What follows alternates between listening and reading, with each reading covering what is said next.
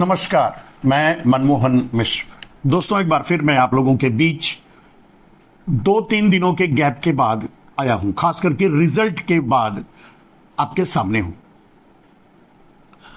जैसा कि मैंने कहा था कि इंडिया गठबंधन को पूर्ण बहुमत मिलेगा, 331 सीट मिलेगी और वो आराम से सरकार बनाएंगे। 10 तारीख को राहुल गांधी प्रधानमंत्री पद की शपथ लेंगे। ईश्वर ने इसे सुना। ईश्वर का सीधा स्वरूप जिसे कहते हैं जनता जनार्दन, जनता को जनार्दन भी कहा जाता है, ईश्वर ही कहा जाता है, तो जनता ही ईश्वर होती है। जनता ने इसे सुना, जनता ने निर्णय भी दिया। जनता ने इंडिया गठबंधन को 331 सीट भी दी। लेकिन आपको तो मालूम है, जो हर पल बेईमानी करता है, धूर्तता करता है, ठगी करता है, हरियाणा में चंडीगढ़ जैसा कांड करता है, उसके लिए 97 सीटों पर, उसने 97 सीटों पर वही हरियाणा यानी कि चंडीगढ़ जैसा कांड करके सीटें जीत दी। फिर भी आपने देखा मेरे दोस्त, नरेंद्र मोदी यानी Gujarat lobby, ED, CBI, IT और पूरा का पूरा गवर्नमेंट का इकोसिस्टम, चुनाव आयोग, सबने मिलकर के, और खास करके सबसे बड़ा पार्टनर अगर रहा इस चुनाव में नरेंद्र मोदी यानी गुजरात लॉबी का, तो वो था गोदी मीडिया यानी डाबर मीडिया यानी सुपारी मीडिया। आपको पता होगा कि इसका असली नाम तो माफिया मीडिया होना चाहिए, क्योंकि ये मीडिया माफियाओं की है, उनका ही कब्जा है, और वो भी गुजराती माफियाओं की, जो मोदी के अपने हैं, जिनके लिए नरेंद्र मोदी सब कुछ करते हैं, जिनका परिवार भी, नरेंद्र मोदी का परिवार भी वही गुजराती माफिया है। और नरेंद्र मोदी सबका साथ सबका विकास में सिर्फ और सिर्फ अडानी, मोडानी, अंबानी, मोदी यही है। आप भी जानते हैं और देश भी अब जान चुका है। दोस्तों, ईश्वर ने सजा दे दी नरेंद्र मोदी को, उनके अहंकार को चकनाचूर कर दिया। किसी भी कीमत पे सोचने की स्थिति में भी जनता जनार्दन ने उन्हें नहीं छोड़ा कि वो सरकार बना लें। लेकिन बेईमानी से 97 सीट जीत करके संभवतः 240 सीट के आसपास शायद बीजेपी का अपना है, जिसमें आप अंदाजा लगा सकते हैं 97 सीट घटा दीजिए। अगर 97 सीट घटाएंगे मेरे दोस्तों, तो नरेंद्र मोदी 143 सीटें यानी गुजरात लॉबी 143 सीटें सिर्फ जीती है। 97 सीटें तो बेईमानी की है। अब रोल आता है कुछ लोगों पर। जनता जनार्दन ने अपना फैसला दे दिया, ईश्वर ने सुन लिया, ईश्वर ने नरेंद्र मोदी को भी सीधे सजा दे दी। जिस भगवान राम को कलंकित करते हुए नरेंद्र मोदी ने मंदिर की प्राण प्रतिष्ठा की, नरेंद्र मोदी को उसकी भी सजा मिली। नरेंद्र मोदी को काशी ने भी सजा दी। काशी में सीधे नरेंद्र मोदी खुद हार चुके हैं, लेकिन बेईमानी से आपको पता होगा कि 30-32 लोगों का नाम तक कैंसिल कर दिया गया था, निरस्त कर दिया गया था नामांकन। अब आप सोचिए, अगर वो भी मैदान में होते तो नरेंद्र मोदी को कितनी सीटें में, कितना नरेंद्र मोदी हारते या नहीं, मात्र 1 लाख समथिंग से जीते। तो हर जगह सारी बेईमानी के बाद नरेंद्र मोदी, मैंने जो कहा था कि नरेंद्र मोदी खुद संसद नहीं पहुंच रहे हैं, तो नरेंद्र मोदी संसद नहीं पहुंचे हैं। मैंने कहा था 331 सीट इंडिया गठबंधन को मिलेगी, तो मिली है। अब नरेंद्र मोदी की बेईमानी, धूर्तता, अपने इकोसिस्टम का इस्तेमाल करना, चुनाव आयोग की मदद से, ईडी, सीबीआई, आईटी के बल पे, जोर पे, पूरे सिस्टम, आपने सुना होगा पहले ही चुनाव आयोग में इंडिया गठबंधन गया था यह शिकायत लेकर कि डीएम को इन्फ्लुएंस करने की कोशिश कर रहे हैं। उसको हालांकि मानने से इनकार कर दिया चुनाव आयोग, लेकिन सच तो था। और सबसे बड़ा खतरनाक मीडिया, जिसका सबसे बड़ा रोल होता है, वो इंडिया गठबंधन के खिलाफ चुनाव लड़ रहा था, नरेंद्र मोदी के लिए वोट मांग रहा था। चलिए, अब परिणाम आ चुका है, जो स्थिति है बात उसके आगे करते हैं। मैं ये बातें इसलिए नहीं कहा कि मैंने जो कहा वो सच है। मैं ये बातें इसलिए कहा क्योंकि आप भी जब गंभीरता से विचार करेंगे तो आपको भी दिखेगा। जब एक एक सीट की एनालिसिस करेंगे तब आपको भी दिखेगा कुछ ऐसे लोग जीत कर आए हैं जिनके जीतने का सवाल ही नहीं उठता। और सबसे बड़ी ज्यादा धांधली अगर कहीं की गई है, तो सबसे ज्यादा धांधली अगर कहीं की गई है तो वो मध्य प्रदेश, उड़ीसा और उत्तर प्रदेश में भी, सब मिलाकर के हरियाणा में भी, हरियाणा में एक भी सीट उनको नहीं मिलनी थी। दिल्ली तो आप देख ही रहे हैं, 7 सीट उनको कैसे जाएंगी और कैसे जा सकती है, वोट किसने दिया। खैर, अब इन सब बातों का समय नहीं है। समय यह है कि सरकार की चाबी अगर चंद्रबाबू नायडू, नीतीश कुमार और कुछ लोगों के पास आ गई है, खास करके चंद्रबाबू नायडू और नीतीश कुमार सामने हैं। मेरे दोस्त, आज मेरा अनुरोध सीधे उनसे है, भारतीय जनता पार्टी के नेताओं से, जो नरेंद्र मोदी की सारी काली करतूतें जानते हुए भी चुप थे, इसलिए कि उन्हें भी ईडी, सीबीआई और आईटी का डर सता रहा था। लेकिन आज नरेंद्र मोदी, मतलब कल नरेंद्र मोदी प्रधानमंत्री पद से इस्तीफा दे चुके हैं। अब इस देश के भारतीय जनता पार्टी के नेताओं, मैं कह रहा हूं गुजरात, मैंने कहा था कि भारतीय जनता पार्टी 3 खंड में बंट चुकी है। RSS, Yogi Adityanath leaded Bharatiya Janata party और गुजरात लॉबी। अब आरएसएस और योगी आदित्यनाथ और अपने समर्थकों के साथ मिलकर के सामने आना चाहिए। अभी नहीं तो कभी नहीं। आपने, अभी मैं आगे आपको क्यों ऐसा मैं कह रहा हूं इसके बारे में बताऊंगा मेरे दोस्त। और दूसरी जिम्मेदारी, सबसे बड़ी जिम्मेदारी बनती है चंद्रबाबू नायडू और नीतीश कुमार की। मेरा यह संदेश चंद्रबाबू नायडू, नीतीश कुमार और भारतीय जनता पार्टी के वो नेता जो बांध कर भारतीय जनता पार्टी में रखे गए हैं और आरएसएस, सीधा उनसे है। मेरा यह संदेश सीधा उनके लिए है। जनता जनार्दन ने और ईश्वर ने नरेंद्र मोदी के पापों को देखा, समझा, महसूस किया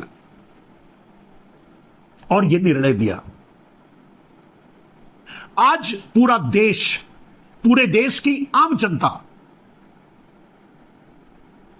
इन कुछ लोगों को, खास करके नीतीश कुमार, चंद्रबाबू नायडू और भारतीय जनता पार्टी के योगी आदित्यनाथ और आरएसएस की तरफ बड़ी उम्मीद से देख रही है।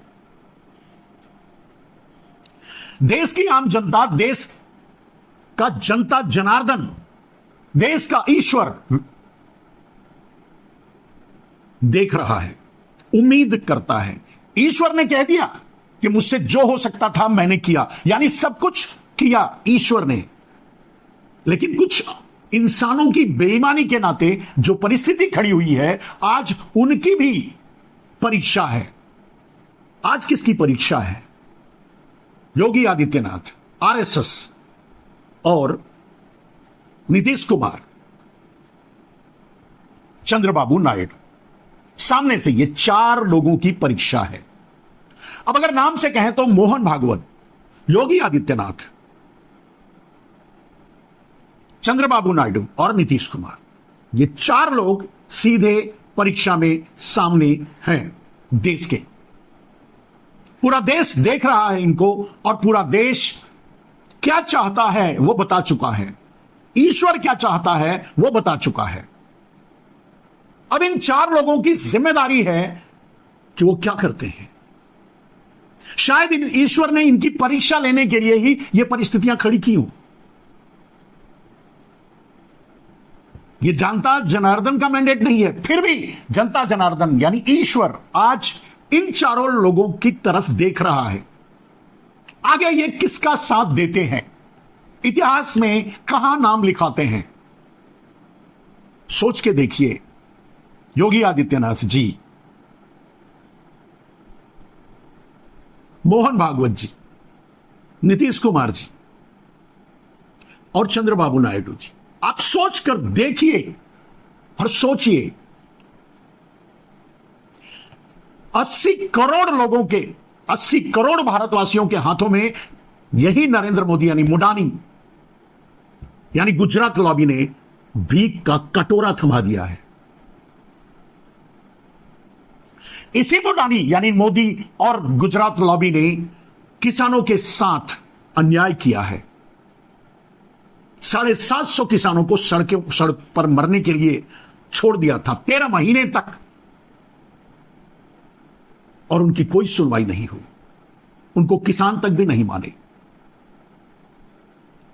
सामने मुडानी यानी नरेंद्र मोदी यानी अडानी का अत्याचार आपके सामने है। देश लगभग बिक चुका है। अगर फिर से आज नरेंद्र मोदी कुर्सी पर नहीं है, आज ईडी सीबीआई का डर आपको नहीं है। आम जनता यही सोचती थी, यानी जनता जनार्दन यही सोचता था कि क्या करें बेचारे, ईडी सीबीआई का डर है। आज वो डर मिट चुका है। नरेंद्र मोदी इस्तीफा दे चुके हैं। आज आपको अपने धर्म का पालन करने की जिम्मेदारी है। आज आपको राष्ट्रवाद निभाने की जिम्मेदारी है। आज आपको जनता जनार्दन की मांगों को मानने की जिम्मेदारी है आपके ऊपर। आप क्या करने जा रहे हैं? मेरे दोस्त, मेरे भाई, आप जो भी हो, योगी आदित्यनाथ जी, मोहन भागवत जी, चंद्रबाबू नायडू जी और नीतीश कुमार जी, आपका नाम देशद्रोहियों में लिखा जाएगा अगर फिर से नरेंद्र मोदी आप लोगों के चुप रहने से या आप लोगों के समर्थन से नरेंद्र मोदी कुर्सी पर बैठ गए। और जैसे ही बैठेंगे वैसे ही सारी पार्टियों को तोड़ करके बहुमत हासिल कर लेंगे, मिला लेंगे और फिर वही करेंगे नरेंद्र मोदी जिसको रोकने के लिए जनता जनार्दन ने, ईश्वर ने फैसला दिया है। शायद ये आपके परीक्षा की घड़ी है। शायद ये आपकी परीक्षा लेने के लिए ही देखना है। शायद ईश्वर ने सोचा, इस जनता जनार्दन ने सोचा, चलो देखते हैं कितने बड़े राष्ट्रवादी हैं ये नीतीश कुमार, कितने बड़े राष्ट्रवादी हैं ये योगी आदित्यनाथ जी, कितने बड़े राष्ट्रवादी हैं मोहन भागवत जी, और कितने बड़े राष्ट्रवादी हैं चंद्रबाबू नायडू। आगे अगर देशद्रोहियों में नाम लिखा जाएगा तो आपका, क्योंकि अभी नहीं तो कभी नहीं। नरेंद्र मोदी जैसा आदमी प्रधानमंत्री के लायक नहीं है, उस कुर्सी तक पहुंचने लायक नहीं है। दुर्भाग्य से इस देश के उस कुर्सी तक पहुंचा, देश को बर्बाद किया। आपको यह भूलना नहीं चाहिए कि पूरे देश को दहशत में डाल दिया था। इन 10 सालों का रिकॉर्ड देख लीजिए। इंडस्ट्रियलिस्टों को, बिजनेसमैन को, किसानों को, आम आदमी को, गरीबों को, मजदूरों को नौकरी पेशा लोगों को, यहां तक कि जवानों को अग्निवीर बना के छोड़ दिया, महंगाई से पूरे देश को लूट लिया, बेरोजगारी से पूरे देश को तबाह कर रखा है, 80 करोड़ देशवासियों के हाथों में कटोरा थमा रखा है। और मात्र ये सारे दुष्कर्म, ये सारे कुकर्म नरेंद्र मोदी ने सिर्फ एक और एक आदमी के लिए किया, वो भी अडानी और अंबानी जैसे लोगों के लिए, स्पेशली अडानी। पूरा काला धन अंडरग्राउंड करके अडानी को सौंपा, अडानी को तीसरे नंबर तक पहुंचाया, देश के सिस्टम का इस्तेमाल करके, ईडी सीबीआई आईटी का इस्तेमाल करके लोगों के बिजनेस छीन करके अडानी को दिया। कोयला, बिजली, पानी, एयरपोर्ट, पोर्ट,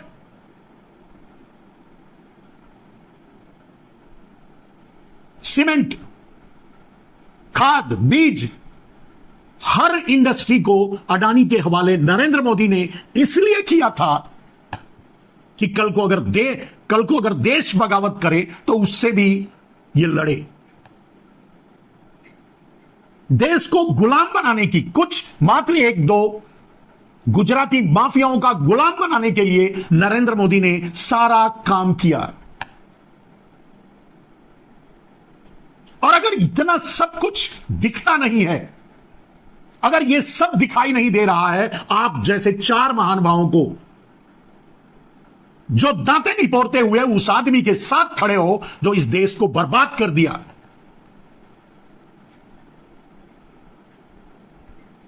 ईश्वर भी माफ नहीं करेगा। ये जनता जनार्दन, खैर आप इस काबिल बचोगे ही नहीं।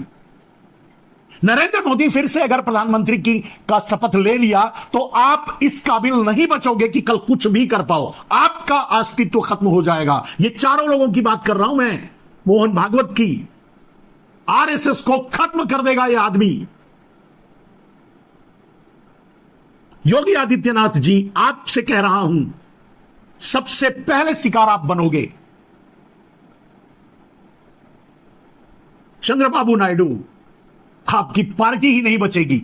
जो भी इस आदमी का समर्थन आज तक किया था उसका परिणाम आप खुद देख लो। रामविलास पासवान का बेटा आज भी हनुमान या पता नहीं क्या क्या ड्रामा बोलता है, उसके पार्टी की ऐसी तैसी करके तोड़ करके उसके चाचा को मिला करके इस पिछवाड़े ठोक करके भगा दिया था, बेशरम बन करके वहां है। इसी तरह के हालात जो नरेंद्र मोदी ने शिवसेना के साथ किया, जो एनसीपी के साथ किया, जो रामविलास की पार्टी के साथ किया, जो और आपके साथ भी करेगा। चंद्रबाबू नायडू जी आपके साथ भी करेगा। नीतीश कुमार, अभी भी आपका अस्तित्व बचा है। अगर आप अपने आप को खत्म करना चाहते हो राजनीति से, ये आपके इतिहास की, आपके वजूद की, आपके राजनीति की का अंत है।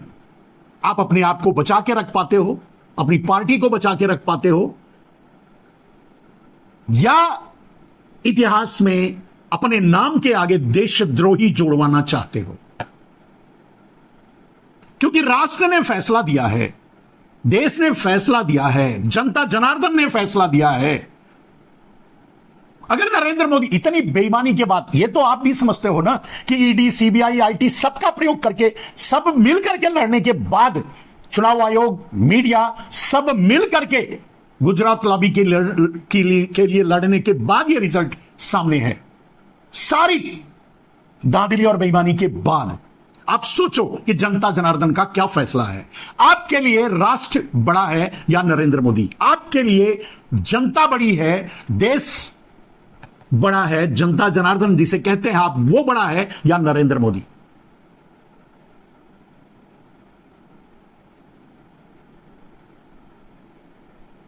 इंडिया गठबंधन ने ताल ठोक कर लड़ा, देश को इस देशद्रोही से बचाने की कोशिश की और कामयाब रहा। आज जो परिस्थिति खड़ी हुई है, शायद ये इंडिया गठबंधन ने, राहुल गांधी ने अपनी परीक्षा दे दी और पास हो गए। और पूर्ण बहुमत से पास हो गए। अब आपकी जिम्मेदारी है कि राष्ट्र के प्रति, जनता जनार्दन के प्रति, ईश्वर के प्रति, इस सनातन धर्म के प्रति, भारत की नियत के प्रति, भारत के आत्मविश्वास के, भारत के गौरव के प्रति, भारत की एकता और अखंडता के प्रति आप जिम्मेदारी निभाते हो या मोडानी के प्रति, मोदी के प्रति, यह आपको तय करना होगा। अब यह कहने की जरूरत नहीं है कि माननीय प्रधानमंत्री मोदी जी अच्छे हैं, बढ़िया किया, ये किया, वो किया। खुद सोच के देखिए, अगर किया होता तो आज पूर्ण बहुमत यानी 400 पार सचमुच जाते। मांगने की जरूरत नहीं थी, इतने झूठ मक्कारी की जरूरत नहीं थी। और आपने देखा पूरे चुनाव में आप लोगों को किनारे कर दिया गया था, कोई वजूद नहीं था आपका। जेपी नड्डा ने तो यह तक कहा कि आरएसएस की हमको जरूरत नहीं है। याद कीजिए आपके साथ आगे, जस्ट कल्पना कीजिए, छोड़िए बीती हुई बातों को, इतिहास को, कल्पना कीजिए कि आगे क्या होने वाला है। आप कहां मिलोगे? अगर आज अपनी भूमिका, अगर आप यह समझते हो कि यह जनता जनार्दन का फैसला है और नरेंद्र मोदी की जिस बेईमानी की बात की आपको मुझे बताने की जरूरत नहीं, हमसे बेहतर यह देश पूरा और नेता और आप जैसे 4 लोग, अगर मैं आपसे बात कर रहा हूं या आपके सामने मैं अपनी बात रख रहा हूं, तो आप खुद सोचकर देखिए कि जनता जनार्दन ने क्या फैसला दिया है। बस एक कलम, बस एक दिन, बस एक फैसला। इस आदमी को फिर से सत्ता मिली तो उसी ईडी सीबीआई का इस्तेमाल करके जबरदस्ती लोगों को उठाकर अपनी पार्टी में पटक देगा और वही करेगा जो सोच के, जिस प्लान पे काम कर रहा है। जो आदमी मोडानी को यानी अडानी को यानी गुजरात लॉबी को देश से लड़ने के लिए प्राइवेट सेना तक बनाने की सोच सकता है, भारतीय सेना को कमजोर करना, भारतीय सेना में अग्निवीर योजना लाना, यह उसी का हिस्सा है। नरेंद्र मोदी अगर एक बार प्रधानमंत्री के रूप में फिर से दस्तखत कर दिया तो इस देश को बचाने के लिए कोई नहीं बचेगा। और यह सारा आरोप इतिहास में आप लोग, आपको, आपका नाम इतिहास में घृणा से लेंगे, आपसे नफरत करेंगे। ईश्वर भी आपको माफ नहीं करेगा क्योंकि ईश्वर का फैसला है। आप खुद देखिए, अयोध्या में हार गए हैं, राम के नाम पर वोट मांग रहे थे, उंगली पकड़ करके राम को मंदिर पहुंचा रहे थे, आधे अधूरे मंदिर में प्राण प्रतिष्ठा की, हार गए। इससे बड़ा संदेश और जवाब क्या होगा? आपकी कुर्सी जाती है जाए, आपको कुछ नहीं मिलता है ना मिले,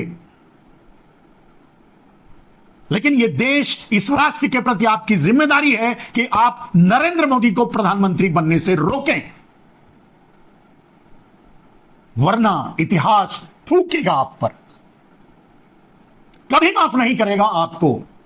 इन 10 सालों में जो अत्याचार नरेंद्र मोदी ने आम आदमी के साथ किया, आम आदमी की कमर तोड़ी, महंगाई से किसानों का सब कुछ छीनने की कोशिश की, उनका दमन किया, गोलियां चलवाई, क्या कौन सा अत्याचार नहीं किया? खिलाड़ियों को घसीट घसीट के मारा, जेल में पहुंचा दिए, उठा के भगा दिए। किसके साथ नरेंद्र मोदी ने अन्याय नहीं किया? बलात्कारियों के साथ खड़े रहे, व्यभिचारियों के साथ खड़े रहे, दुराचारियों के साथ खड़े रहे। नरेंद्र मोदी ने यह साबित कर दिया, बता दिया, दिखा दिया कि उनका वजूद क्या है, उनकी असलियत क्या है और वो कौन है। अब आपको तय करना है कि देश या नरेंद्र मोदी। इतिहास आपकी तरफ देख रहा है, ईश्वर आपकी तरफ देख रहा है, जनता जनार्दन जिसने फैसला दिया है, जिसमें बेईमानी करने की कोशिश की नरेंद्र मोदी ने, वो आपको देख रहा है। आपके फैसले क्या होंगे, आपका निर्णय क्या होगा, देखना है। नमस्कार।